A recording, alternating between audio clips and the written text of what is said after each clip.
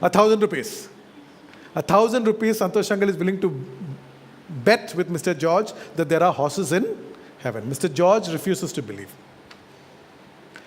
Revelations 19:11. And I saw heaven opened, and behold, a white horse.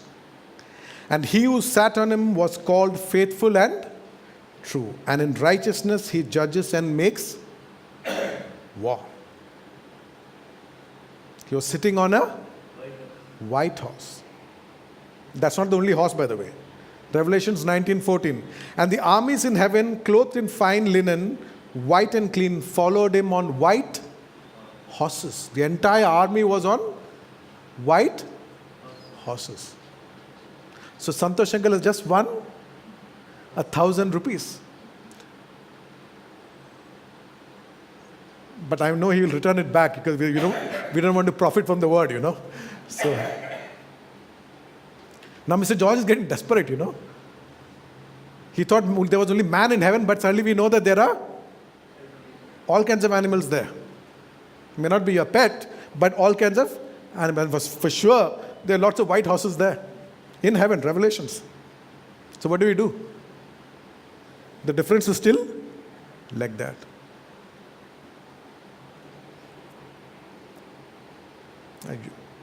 Then he tells you, you all go to church and all, right? Man can worship, but the animals cannot. That's a big difference. Why man is superior to animals. Isaiah 43:20. That's what you're going to quote him. The beast of the field will honor me. The beast of the field will honor me. The jackals and the ostriches. New animals now. Okay, the jackals and the ostriches. Because I give waters in the wilderness and rivers in the desert.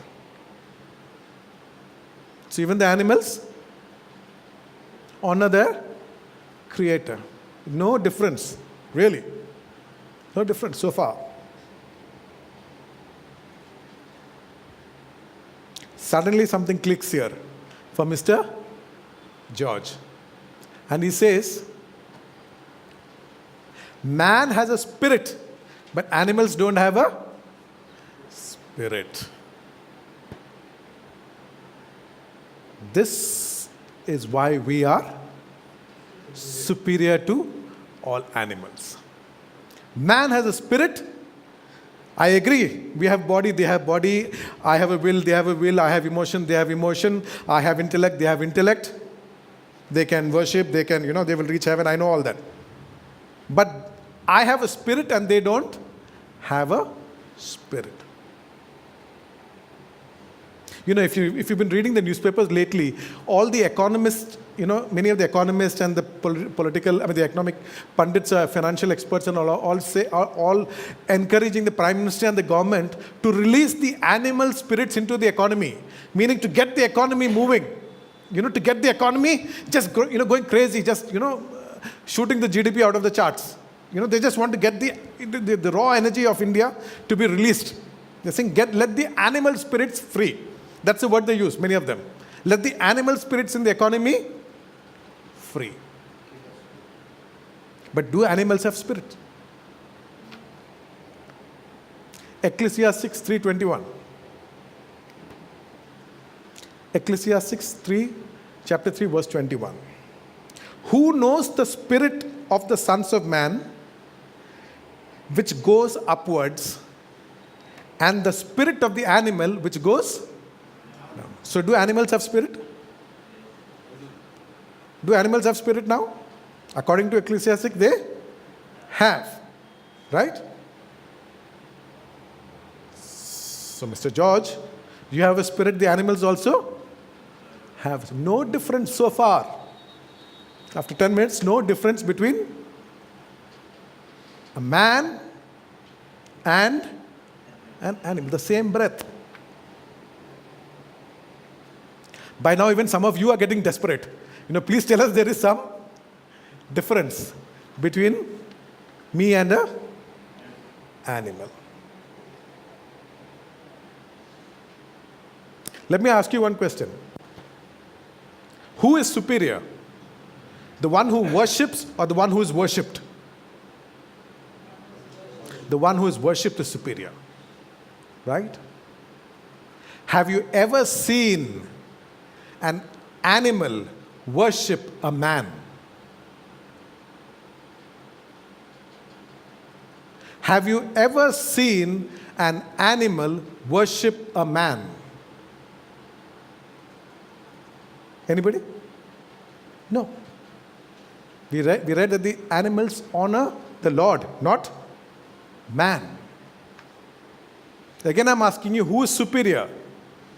The one who worships or the one who is worshipped? The one who is worshipped is superior. Romans 1:23, hear this. And change the glory of the incorruptible God into, speaking of man, change the glory of the incorruptible God into an image made like corruptible man and birds and four-footed animals and creeping things. So man is now worshipping birds and four-footed animals and creeping things, meaning reptiles and the like. So who is superior? What you are worshipping or the worshipped? Who is superior? Man has just declared that the worshipped is superior to him because only the worshipper gives worship to the worshipped. So man, Mr. George has said that these animals, my animal is worthy of worship. My ox has got four feet, I will worship. Or the snake which is crawling, I will. Mr. George is doing that. That's what Romans 1:23 says. And change the glory of the incorruptible God into an image made like corruptible man and birds and four-footed animals and creeping things. That's what man has done. Man by his own actions has said, I am just down there, and these animals and these creeping things are what are worthy of worship. They are my God.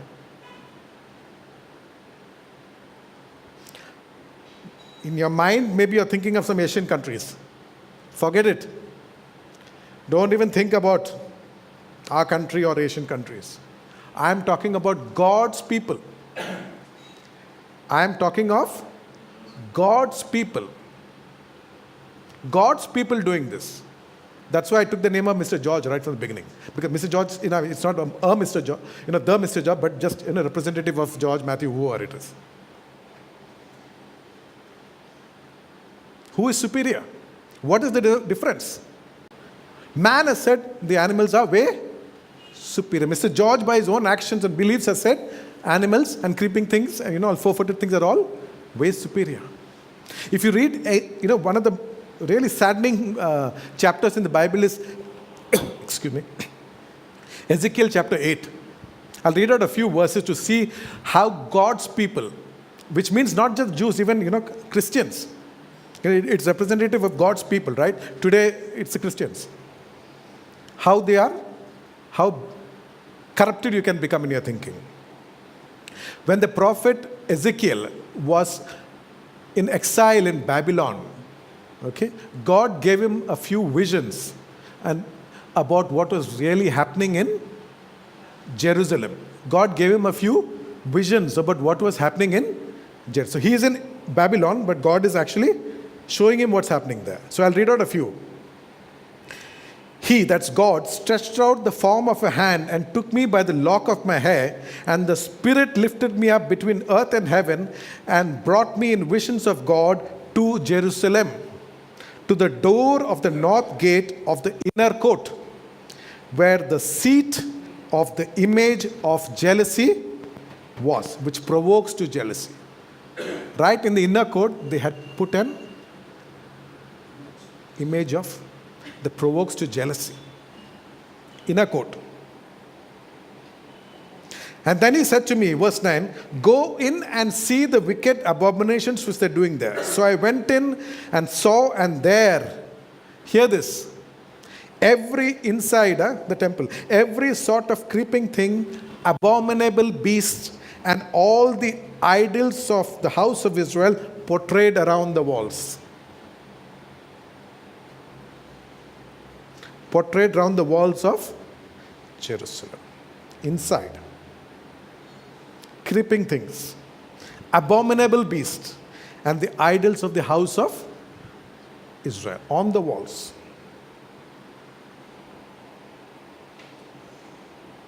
And there stood before them 70 men of the elders of the house of Israel.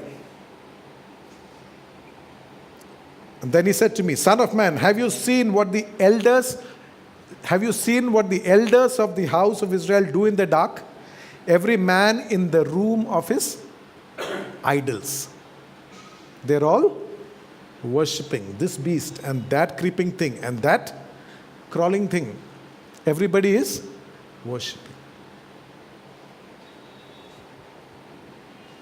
Verse 13. Turn again and you will see greater abominations that you are doing. This one I want you to listen particularly carefully. So he brought me to the door of the north gate of the Lord's house, to the door of the north gate of the Lord's house, and to my despair, women were sitting there weeping for Tammuz. God's people are not inside the temple, they are sitting at the door of the temple and they are weeping for Tammuz.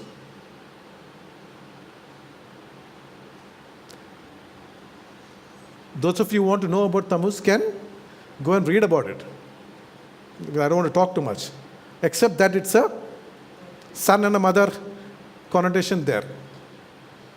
A son has been lost and a mother is weeping for 40 days to get her son. It's a period of fasting for 40 days. Is anything clicking? They are fasting and they are mourning for 40 days for Tammuz. Ezekiel chapter 8 verse 14. The women are outside.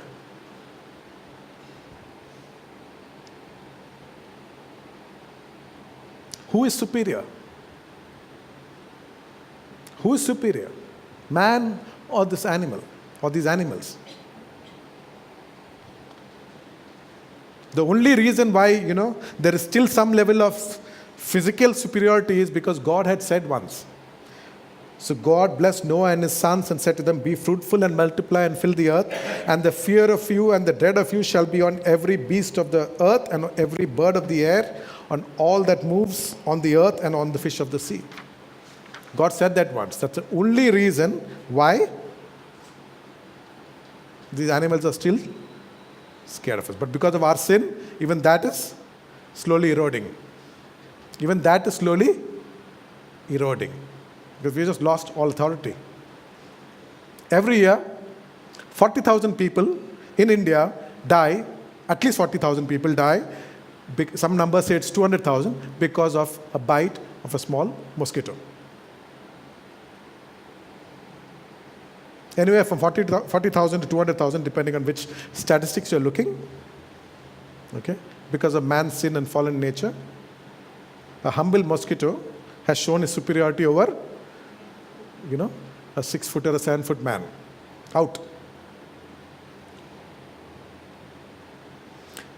Speaking of Nebuchadnezzar, Daniel is talking to his son about his father, Belshazzar, in Daniel chapter 5:21. Then he was driven from the sons of man, his heart was made like the beast, and his dwelling was with the wild donkeys. His heart, the heart of Nebuchadnezzar, was made like the beast, and he was living with the donkeys, wild donkeys. And I've skipped they fed him with grass like oxen. He was eating grass like the oxen. And some other things. Till he knew that the Most High God rules in the kingdom of men.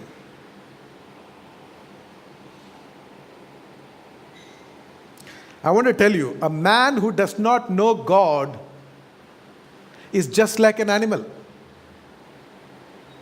Nebuchadnezzar, till he knew God, was driven out. He was His heart became like that of a, not made like the beast, it says. Made like, it was like the beast. And he was eating grass. And he was sleeping in the open with the wild donkeys. Till he knew that the Most High God rules in the kingdom of man.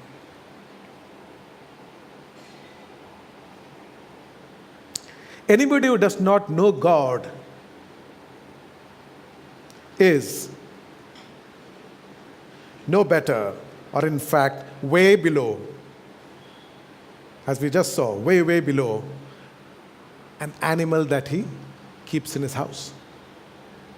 Because the ox knows its master.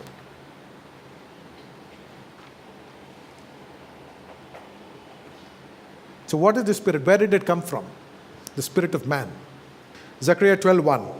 Thus says the Lord, who stretches out the heavens, lays the foundations of the earth, and forms the spirit of man within him. God formed the spirit of man within him.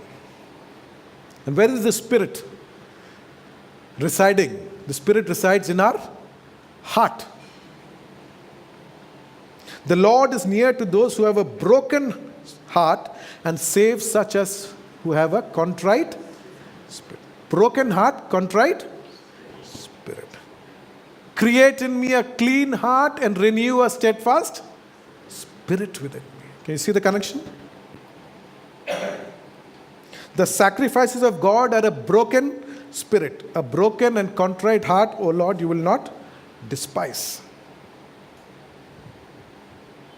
Psalm 143:4. Therefore, my spirit is overwhelmed within me. My heart within me is distressed. Spirit and heart. Spirit and heart. The spirit of a man is the Lamb of God, searching all the inner depths of the heart.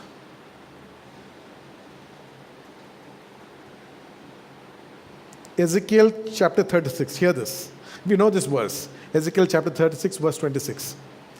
I will give you a new heart. First, I will give you a new heart and put a new spirit within you. First, a vessel, a new heart, and then I will put a spirit within you. There are lots of other verses. For want of time, I'll skip those.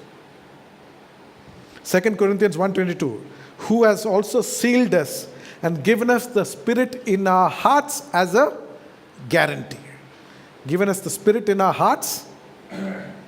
Given us the Spirit in our hearts as a guarantee.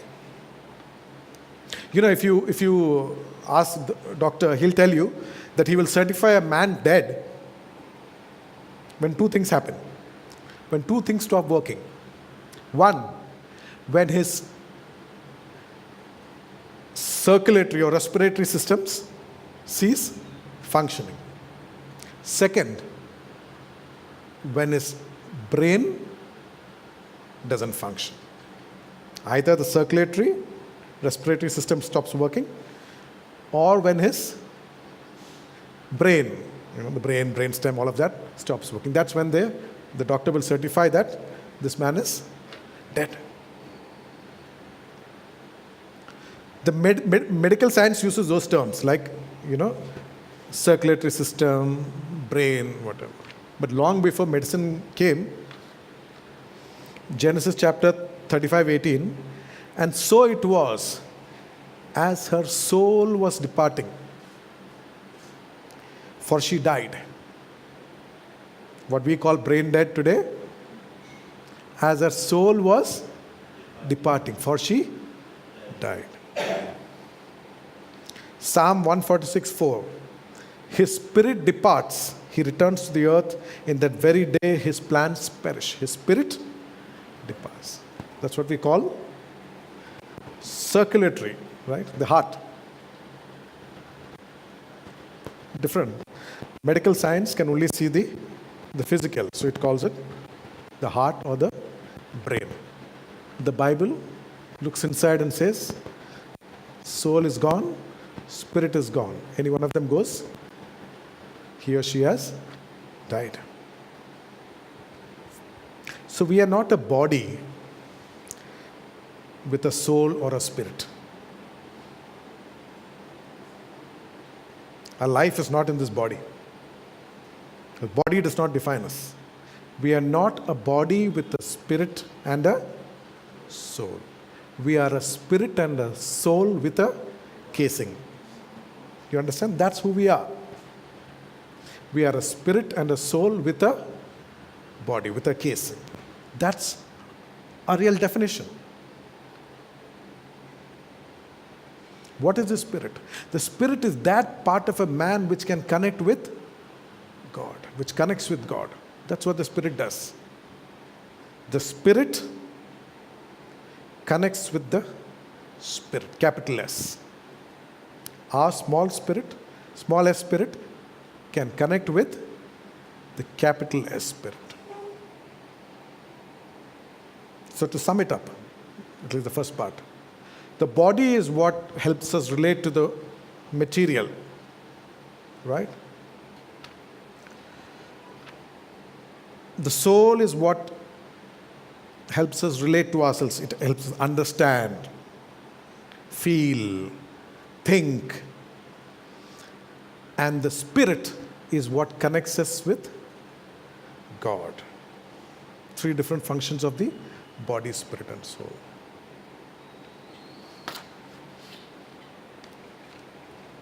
Do you know who had the world's first heart attack?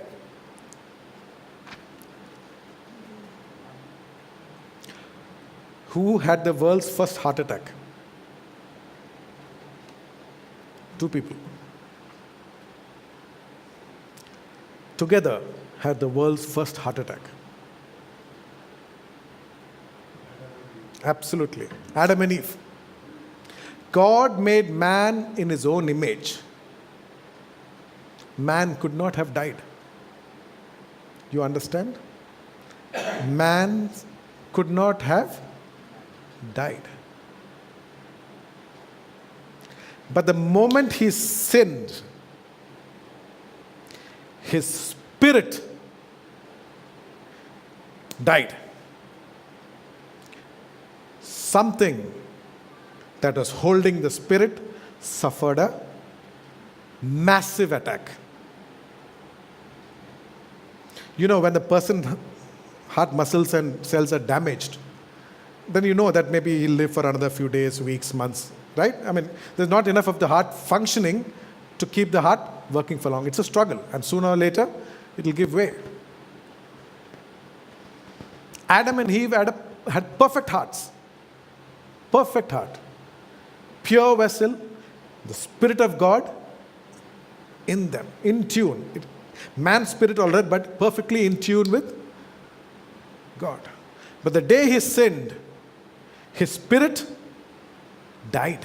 God said, the day you eat, that day you will die. The day he and Eve ate of the fruit, they both died. Meaning not their soul or their body, but their heart died. Immediately. Both the others saw corruption, so soon, but the heart, the spirit died, and the vessel, the heart, had a massive cardiac arrest. I will show it to you. The heart we saw is the place where the spirit dwells. Those days, man used to live. Adam himself lived for 930 years. That was the range, 900 years, 800 years. That's the kind of, after the fall. Before, it was like a ever-going machine. The heart could pump for a life, for eternity. No problem. But after major damage of the heart muscles, it could work a max of 930 years in Adam's own case. In Genesis chapter 6, verse 3, we see that sin just, multiplied on the earth. See, man was full of sin. That just before he, sent the flood, man, the only thing right from his youth was how to sin. He didn't know anything else. Sin had just multiplied. Every thought of his, every waking thought of his was how to sin. And God said, my spirit shall not strive, for he is indeed flesh, yet his days shall be 120. This heart From eternity to 930 is now good for a max of 120 years. Jesus said, let the dead bury the dead, meaning let the spiritually dead bury the spiritually dead. But even though our spirit is dead, or not ours, but man's spirit died, God still made sure there was a compass, that there was a spiritual compass in his spirit, still showing true north. Still showing true north.